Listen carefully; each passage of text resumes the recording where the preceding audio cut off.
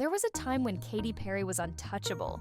Chart-topping singles, sold-out tours, viral music videos that dominated pop culture. But now, she's the center of a completely different conversation, one filled with embarrassment, public outrage, and career collapse. What happened to the woman who once ruled the airwaves with Teenage Dream? How did she go from Grammy nominations to being ridiculed over toilet-themed stage performances? This isn't just a story of a bad album or a couple of missteps, it's a layered unraveling of one of pop's biggest names. And it all seems to point back to one shocking truth. Katy Perry might be the architect of her own downfall. Let's dive deep. It all started with high hopes, a new era, a new sound, a fresh single that was meant to catapult Katy Perry back to the top. But Woman's World did the exact opposite. From the moment the track dropped, fans were left confused. Critics called it uninspired, generic, and completely out of touch. Instead of being a rallying cry for female empowerment,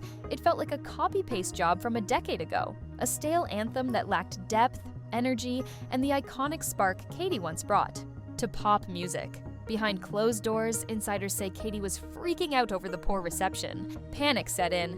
Emergency meetings were held. The album, titled 143, was already scheduled, but now everything had to be reworked. She reportedly demanded her team go back to the drawing board, delaying singles, rearranging the track list, and scrambling to create a new narrative. The desperation was obvious, and fans could feel it.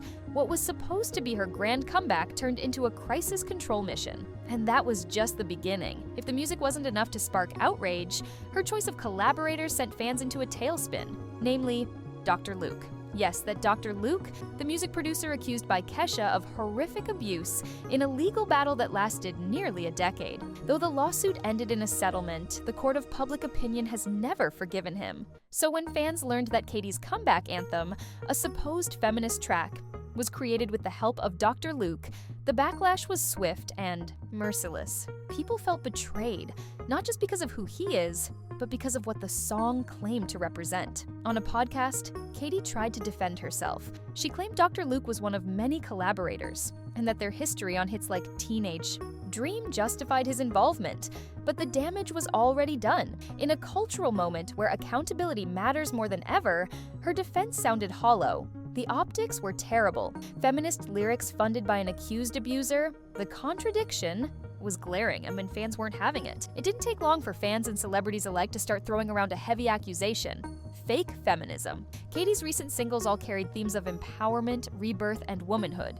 But behind the scenes, the story looked very different. Songs like Woman's World and Lifetimes had overwhelmingly male producers and directors. Critics pointed out that while she sang about women rising, the profits were still going to powerful men. Even actress Abigail Breslin subtly shaded her by calling out anyone who works with known abusers, stating that it reinforces the idea that men can do horrific things and still succeed. It became impossible to separate the marketing from the reality. And as fans dug deeper, the entire project started to feel like a PR charade, not a genuine evolution. Authenticity sells, and Katy's empowerment era felt manufactured. The kind of feminism that looks good on merch, but falls apart under scrutiny. Katy Perry used to be known for electrifying performances. Now, people are comparing her stage shows to middle school talent nights. Her recent tour has been absolutely roasted by fans online. The choreography is called lazy. The themes? Borderline. Cringe. One viral clip shows her dancing alongside literal toilets and singing poops. That's not a joke. That actually happened.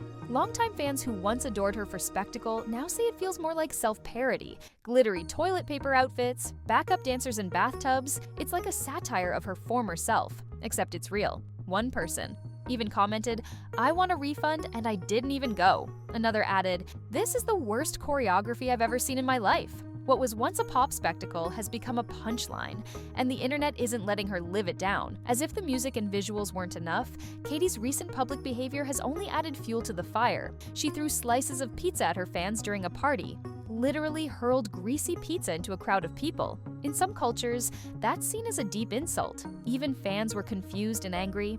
One commented, "In Mexico, we only throw food at animals. This was disgusting." Then there's the $175 Katy Perry doll she's trying to sell. Fans see it as another tone-deaf move in an era where people are questioning her authenticity. And let's not forget the infamous space flight she took to promote her album. Yes, she went to space for 11 minutes to promote music that barely made a dent on the charts. Critics blasted it as wasteful, tone-deaf, and environmentally damaging. It felt like she was desperately grabbing headlines, any headlines, and losing touch with the world around her in the process. If this were Katy's only controversy, it might be forgivable, but it's not. Her history is filled with eyebrow-raising choices, and fans haven't forgotten. Back in 2013, she performed dressed as a geisha at the American Music Awards. Critics accused her of cultural appropriation and yellow face. She wore a Japanese kimono, Chinese collar, and mixed symbols from multiple Asian cultures in one costume. Then, she was pulled from Sesame Street after parents complained that her outfit was too revealing for a kids' segment with Elmo.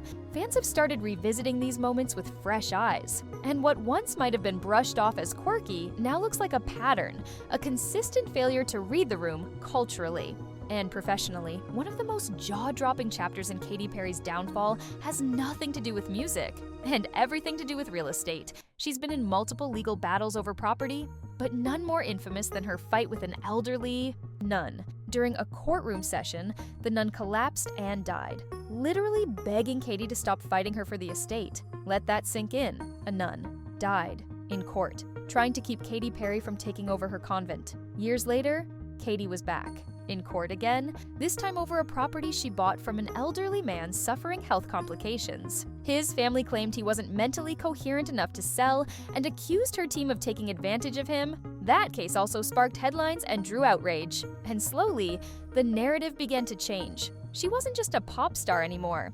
She was being framed as a celebrity bully using her money and power to silence the vulnerable. When Katy Perry joined American Idol, it felt like the perfect pivot. Pop queen turned talent judge. But what was supposed to be a career stabilizer turned into a PR nightmare. She was accused of mom-shaming a contestant after learning she had 3 kids. Another time, she kissed a 19-year-old boy on the lips without his consent after he said he'd never kissed a girl before. The moment aired. Viewers were horrified. She told another contestant to tone down her glitter and was booed by the live audience. The first time in her 6 seasons on the show, at one point, she pretended to reject a contestant from the top 24, only to reverse it mid-speech. The emotional whiplash left fans wondering whether Katy understood the weight of her words. Critics say she was harsher with female contestants while flirting with male ones. The internet noticed, and the damage to her image only deepened. Not all fans have turned their backs. Some are still loyal. In fact, a group even paid for a Times Square billboard supporting her during the opening week of her tour. But those acts of devotion are now the exception, not the norm. Online, Katy has become a polarizing figure. Many say she's out of touch, delusional, or simply past her prime. Refund requests are rising. Concert footage goes viral for the wrong reasons. Her name trends, not because of music, but because of memes and backlash. Once known for uniting people with bops and ballads, she now divides them with controversy. Katy hasn't stayed silent. On Instagram, she posted a lengthy message about staying grounded, thanking fans, and quoting her therapist. She wrote, "No one can make you believe something about yourself that you don't already believe." She said she was okay, had done deep inner work, and was focused on what really mattered: love, growth, and resilience. But critics weren't convinced. Her words sounded polished, but disconnected, like someone clinging to a narrative while the world tells a very different story. Fans asked, if she's really growing, why keep making the same mistakes? Why keep doubling down on bad choices, tone-deaf visuals, and questionable collaborators? Katy Perry's downfall isn't the result of one bad song or one misstep. It's a pattern, a series of moments where she seemed completely unaware of how she was coming across, from tone-deaf decisions to questionable partnerships. From bizarre stunts to aggressive legal battles, the pop queen's image has become almost unrecognizable. Can she bounce back? Maybe. Katy has always thrived on reinvention, but if she wants to rise again, she'll need more than catchy hooks and glittery costumes. She'll need accountability, self-awareness, and a deep reconnect with the audience she seems to have lost. Until then, the fall of Katy Perry might just be the most surreal saga in pop culture today.